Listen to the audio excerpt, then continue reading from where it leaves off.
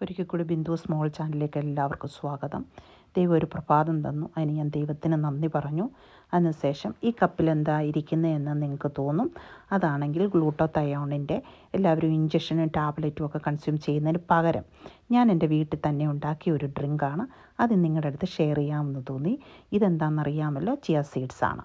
അതിന് മുന്നേ ഇൻഗ്രീഡിയൻസ് പറയുന്നതിന് മുന്നേ പ്ലീസ്, നിങ്ങൾ ആദ്യമായിട്ടാണ് എൻ്റെ ചാനൽ കാണുന്നതെങ്കിൽ സബ്സ്ക്രൈബ് ചെയ്യുക, സപ്പോർട്ട് ചെയ്യുക. അല്ല എങ്കിൽ ലൈക്ക് ചെയ്യുക, കമൻറ്റ് ചെയ്യുക, സപ്പോർട്ട് ചെയ്യുക. പ്ലീസ്.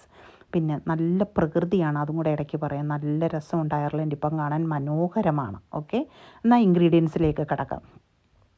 ഒരാപ്പിള് നിങ്ങൾ എടുക്കുന്ന എത്രയാണോ അത്രയും, നിങ്ങൾ ഒത്തിരി ഉണ്ടാക്കി വെക്കണ്ട, കുറേശ്ശെ ഉണ്ടാക്കി വെക്കുക.